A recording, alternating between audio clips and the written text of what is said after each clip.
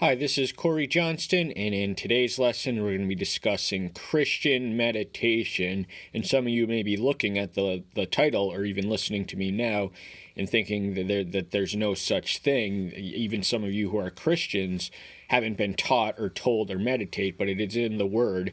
The references to meditate explicitly or implicitly are few and far between. So what I've done is compiled a non-exhaustive list of the ones that speak most powerfully to me, so I can encourage you to engage in this practice, because it is a spiritual discipline and a practice, and to not engage in it is to make ourselves less perfect, less whole, not realize our full potential. So it is a dereliction of our duty if we neglect to meditate. And meditation in the modern mind, that's something that Eastern, esoteric, and New Age people do. But there is a difference in the way that the Christian meditation is distinct, and Jewish, because most of the passages we're going to cover are found in the Old Testament.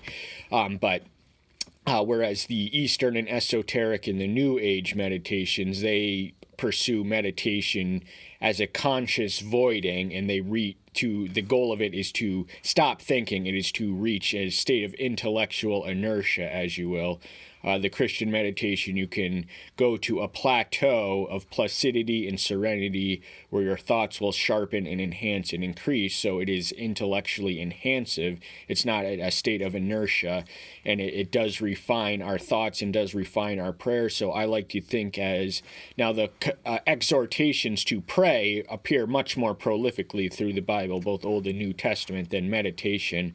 But I consider meditation as the other side of the same coin as prayer. What I like to do is prayer is talking, meditation is listening, and I try and pursue my prayers or my prayer time or devotional time.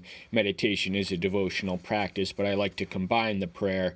I'll speak and then I'll listen, and he will speak to me, and then that will refine my prayers to him.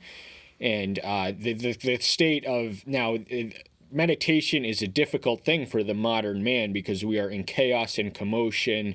We have to be entertained all the time, and even when we are physically in motion, our minds are seldom at rest. We have the attention span of a goldfish in a bowl. This is how we are culturally oriented, but to know that he is requires a state of stillness. We read of in Psalms 46:10. So we have to be still, not only in our bodies, but also in our minds, in order to unlock the meditative plateau through which everything will make sense. All traces of confusion and doubt will lead you as you reach this plateau, which I've attained not every day of the year, but more days than I haven't. So the first passage we're going to begin with is Romans 12:2. This is Paul writing, "And do not be conformed to this world, but be transformed by the renewing of your mind, so that you prove that which is good and well-pleasing and perfect desire of Elohim." So you're not going to find the Christian spirit in the world. You have to retreat from it. We are to meditate in our closet, and there is such thing as group prayers. But one of the reasons I think most Christians don't meditate is because there's no such thing as communal meditation. It is an individual practice.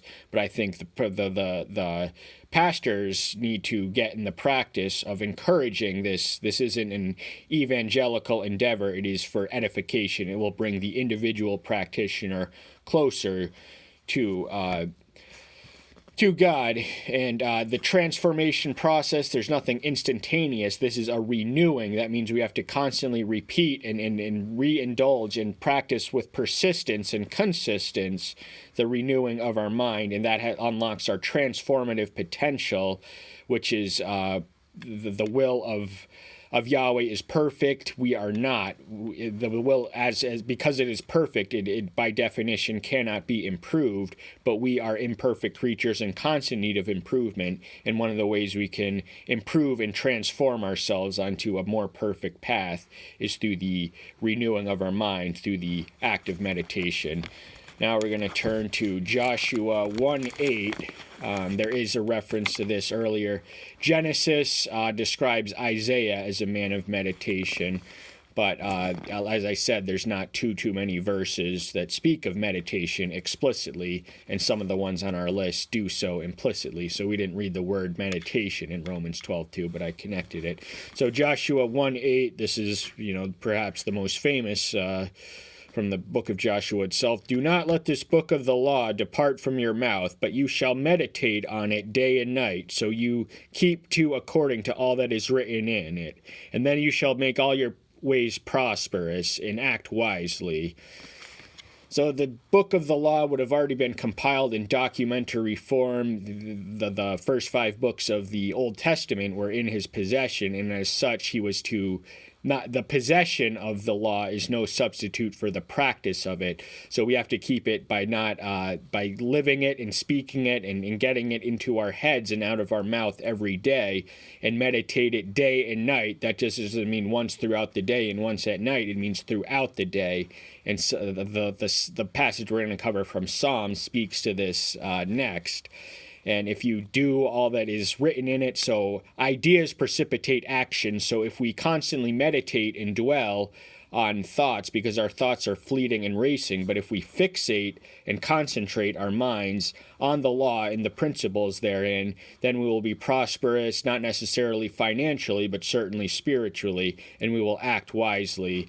So one of the benefits of wisdom is that meditation is that it does enhance one's wisdom. It does make things known to the practitioner that could not otherwise be known. Now we're going to turn to the book of the Psalms. The Psalms speak more about meditation than perhaps every other book of the Scripture combined, and the Psalms are foundational for the devotional life. These should inform and influence your prayer lives. So one of the practices I like to encourage is read 5 Psalms a day. There are 150 of them. There are 30 days in most months. So read 5 a day, repeat the monthly cycle, and have the prayers that are outlined. These are devotionals. These are man's expression and song to Yahweh, much as the law, of which we read of in Joshua, were the 5 books of Moses. The Psalms, which were Yahweh's word to man. Psalms is man's word to Yahweh. And the one we most recent in Joshua, he was told to meditate on the law day and night. And the psalmist Ezra, we personally think, wrote the 119th Psalm. He speaks of this necessity in the 97th verse of the aforementioned Psalm. Oh, how I love your law. It is my study all day and night. So the longest chapter in the book of Psalms, and by connection the Bible, the 176 verses, is basically about his love for the law and just all the things that it does for him, all that it is. But what's communicated here is Ezra was a man who prepared in the law. We read of in the 7th chapter, 10th book in the book which bears his name. So he lived for it throughout the day and throughout the night, all day long. It was his meditation and his study. So by studying, we can meditate on things, but study in itself, a lot of times that study overindulgence can get us in the state of restlessness where our ideas are racing. So there's no activity in meditation, save it is a purely mental activity whereby we think on things. So but the Hebrew word for meditate means to mutter. So one of the ways they like to do this was to mutter the phrase and meditate on those. And we also have Psalm 63:6. This is, I believe, yes, David writing. When I remember you on my bed, I meditate you in the night watches. So the 2 most recent references we read command the all day throughout the day, but this is just the end of the night. So if you do nothing else, a lot of people, they have to start their day, and it's not practical or possible to begin it in a state of meditation or devotion. But if nothing else, try and make some time. Pray, if nothing else, before you go to bed every night, if you do nothing else that day. Psalm 77:12 is the next one. And I shall meditate on all your works and talk of your deeds. So these are the words of Asaph, and he's encouraging the practice of looking at the miracles in nature. We don't have to look at his words alone to meditate, but we can also look at nature and meditate on his essence from natural revelation as well as special revelation. Scripture is a special revelation, but we also have the revelation in nature. The existence of creation implies the existence of a creator who is wise enough to conceive a perfect plan, powerful enough to execute it, and is capable of being everywhere at once. So we have to look and seek for him, and if we look hard enough and with the right mindset and meditative approach, we will find him in nature, in his works. He's literally all around us. These are a testimony, and the miracles he has performed, he is performing a miracle in the world, at least somewhere right now as I speak to you. The miracles are, his workings and miracles are numberless, to quote Eliphaz the Temanite in Job 5:9. 49:3 is the next one we've selected. My mouth speaks wisdom, and the meditations of my heart brings understanding. So the mouth, but what we think on will affect our speech. So if we want to speak wisdom, we have to become wise. Before we can speak wisdom, we have to attain wisdom. We have to know wisdom before we can communicate it. So one of the blessings and benefits of meditation, the meditation of my heart, brings understanding. This does not mean meditation has to have a definite object. In the meditation of the Christian, meditation is divinity. Whereas I think the Eastern esoteric and New Age practitioners, they are trying to think about us nothing at all. They are trying to liberate their minds from the activity of thought. We are trying to reach an increased state of awareness. Returning to the 119th Psalm, there's plenty of stuff about meditate. We only selected 3 verses, but they're in order for a reason. The first of which is 15, then we're going to read the 48th. I meditate on your orders and regard my ways. So regard your ways. So if we meditate on his orders, his commandments, his instructions, his dictates and precepts, we will regard our ways. And he also writes in the 48th, to connect it to the earlier one, that I might lift up my hands to your commandments, which I have loved, while I meditate on your laws. So he loved his commandments because he meditated on them. So we meditate on something that we consider to be an object worthy of our desire for enhanced understanding, and the law was that object.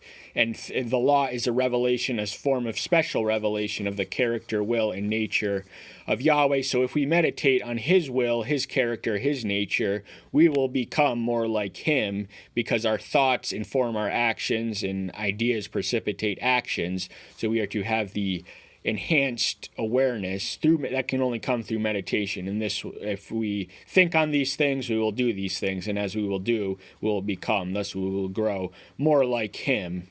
We can't attain equality, of course, but the goal, he is the standard and objective. And the 143rd chapter, verse 5. I remember the days of old. I meditate on all your works. I ponder on the works of your hand. So we already read something about natural revelation, but history is something worthy to meditate. And one of the reasons, I'm sure you're familiar with the cliche, which has its origins in the historian Santanaya, that those who don't study history are doomed to repeat it, and that's why we find ourselves in a vicious trap and cycle of just this geopolitical chessboard for imperial dominance that suppresses and enslaves people and oppresses them, and we kind ourselves, our existence are largely defined. The story of civilization is very much the story of human warfare, yet some of these conflicts could have been preventable, but they are unavoidable because of what human nature is. But that doesn't exempt the individual from studying and meditating on history, because the history, even secular history, is a history of the providential hand of God. So look for him in all things, whether studying the secular or sacred. Look for him. He is omnipresent. He is there. And Psalm 104, verse 34. We read, My meditation on him is sweet. I rejoice in Yahweh. So there's no pain or suffering when we meditate on him, when we unlock and over hurdle the obstacles of worldly worry and concern in our instinctive state of mental restlessness, these racing thoughts. We reach that plateau of serenity, which I earlier alluded to. It is a sweet, it is pleasant, it is delight, and we will rejoice. Joy will be the natural response, and we will have a song on our tongue when we are meditating on him all the mind. I'm personally not musically inclined, but I do rejoice and I do praise him prayerfully, if not musically. So the Psalms are composed and compiled as musical arrangements. We read it as poetry. They initially read it as music. These were lyrical, and in a lot of the titles there are mentions of the instruments on which they are to played in the tunes, and that's something we don't know. It's something we have to live with the mystery, but living with the mystery is part of what it means to live by faith. In the first 3 verses of the first psalm itself, he meditates the blessings of meditation for the righteous, and he compares the wicked in the final 3 verses. So we're going to dwell on the righteous. The wicked, it suffices to say, do not meditate on that which is worthy of all meditation. They are stuck in the rut of gain and acquisitiveness of the world, and this leaves them restless and discontent and irritated and savage and unsatisfied. Blessed is the man who shall not walk in the counsels of the wicked, and shall not stand in the path of sinners, and shall not sit in the seat of scoffers. So we need to stay away from these people. If we keep company, show me your friends and I show you your future. So if you're associating with and lingering and palling around with the wicked, you will become wicked through their influence. If you do the same thing with sinners, that's a synonymous term with wicked, but you will be more inclined and more tolerant and more indulgent and inclined to indulge in sin through their influence. And a scoffer is one who treats trivially that which should be treated seriously. They scoff, they laugh, they have precisely enough of an intellect to learn sarcasm, but not a whole lot more, and that is their defense mechanism. But his delight is in the law of Yahweh, and he meditates in his law day and night. So it's once again, it's an all-day, everyday thing. This is not once in the night, this is not once in the day, once in the night, but all day throughout the day. And this is not just one day or one night. This is a repeated cycle. So discipline is a practice, and there is nothing automatic of the results. You're not going to strike gold if you've never meditated before and just watch this video. First off, meditation is something that can't be learned through listening. It has to be acquired through practice, and that it requires the stillness and the listening in your own head. And eventually, if you do it right, you will listen, you will unlock and unleash the voice of divinity himself, and you will be fruitful, as the closing verse of the passage we're going to read covers. For he shall be as a tree planted by the river of waters, that yields its fruit in its season, and whose leaf does not wither, and whatever he does prospers. So this is not a guarantee, but a principle that if we meditate on the law, if it saturates our mind, it saturates our skull, it impacts and influences our actions and decisions, then we yield fruit, this fruit of the Spirit, love, joy, peace, self-temperance, etc., in its season. So it will come in its season. Now there are special times of the year in the agricultural cycle, but the season is just the time for when we are ready, when we are prepared. We will have the fruit when we need it, and once the fruit is there, if we keep meditating, if we return to it all day, every day, throughout the day, then our leaf will not wither, but our leaf, which is metaphorical to our spiritual body parts, spiritual frame and soul, it requires constantly rejuvenation and constant renewal. So be conformed not to the ways of the world, but be transformed by the renewal of your mind. Remember, we read that in the first verse we read, Romans 12:2. and whatever we do will prosper. Again, this is not automatic. This is not a guarantee. The Christian life is not meant to get easier, nor should it be, but it is a principle. There is always so you will be blessed spiritually, if not necessarily temporally. Returning to the New Testament, we got two more passages, the first of which is Philippians 4, verses 6 and 9. Worry for naught, but in all, by prayer and petition, with thanksgiving, let your requests be made known to Yahweh. So if you find yourself in a state of worry, first off, worry is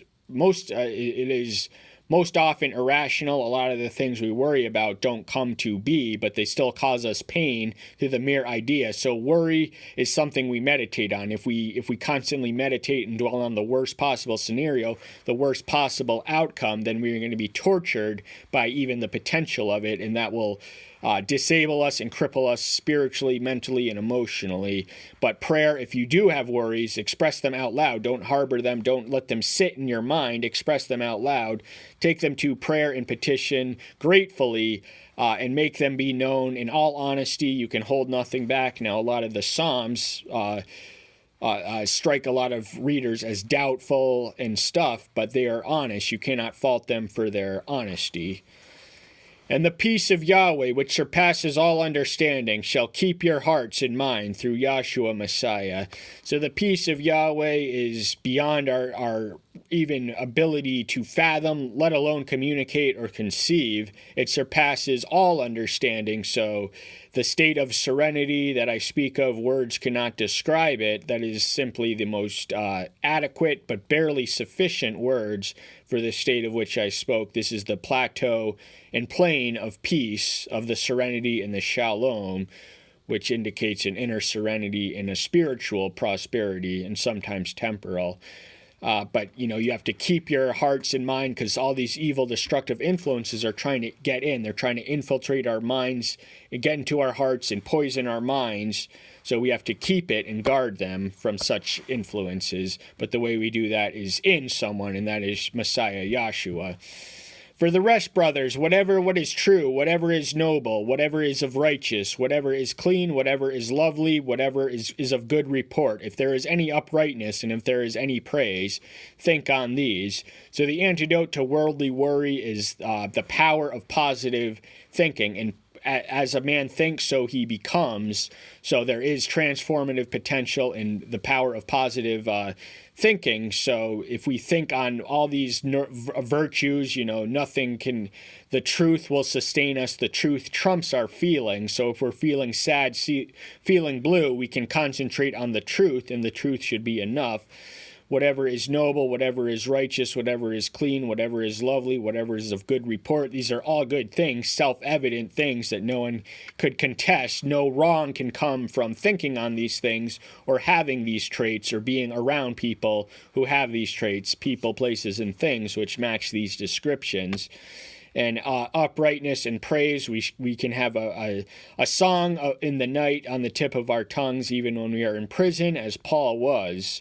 And there he still had the peace, even though he was not at liberty, he was not at freedom, he was in bondage, but he was at peace with the peace of Yahweh, which surpasses all understanding. And what you have learned and received and heard and saw in me, practice these, and in the Elohim of peace shall be with you. Now, meditation is not something one can learn from exemplifying, because the person, if you watch someone meditating, you're going to have no idea what he's thinking or what's going on in your mind. Meditation ceases to be meditation when we speak. So the meditation requires a fullness of attention of the mind, but because this is a spiritual practice, to ignore it or any other is to be derelict in your duty as a Christian. So I want you, it's most of you, you probably already know, prayer is the one thing you can't get enough of, but meditation may be the one thing you lack. So I hope that by watching this, you will engage in the practice of meditation as a response from this. I can't do it for you, but that's something you can figure out for yourself, and you should figure out for yourself. And we only have one more passage, 1 Timothy 4:11 through 16. This is Paul writing to his pastoral protege, Timothy. Command and teach these. Let no one look down on your youth, but be an example to the believers in word and behavior, in love, in spirit, in faith, in cleanliness. Until I come, give attention to the reading, to encouragement, to teaching. Do not neglect the gift that is in you, which was given to you by prophets with the laying on of hands of the elderhood. Practice these, be in them, so that your progress may be plain to all. Pay attention to yourself and to the teaching. Continue in them, for in doing these you shall save both yourselves and those who hear you. So it doesn't really make sense, the context. I wanted to start it at the 11th verse, but we're going to actually begin commenting on the 14th verse. Do not neglect the gift that is in you. We have gifts which are manifold and realized in the experiment of the furnace of affliction. We go out there and we practice it, and we get scarred and disciplined, but we eventually harness the gift of meditation through the practice of meditation. So do not neglect the opportunity. Don't be afraid of frustration or failure. That is part of the path. There is nothing instant or automatic about meditating proficiently, but do not neglect the gift. Even if you don't know you have it yet, do not neglect the opportunity to harness and unlock that gift. And it is and practice these. So what practice makes perfect, and progress is perfect is beyond our reckoning. That's not a realistic ideal or goal to achieve, but progress, not perfection. So if we are on the path of progress, and in the Greek term that has a military connotation, so we are to practice them as disciplined and obedient and unquestioningly as a soldier under his general. And pay attention to yourself in the teaching. So remember, meditation is not a selfish practice, but it is a self-oriented practice. It is for the individual, for their own edification. It cannot be shared in a community setting. So, preaching and praying out loud, praying can be a solitary practice. It's also a communal practice, but meditation is exclusively an internal, individual practice.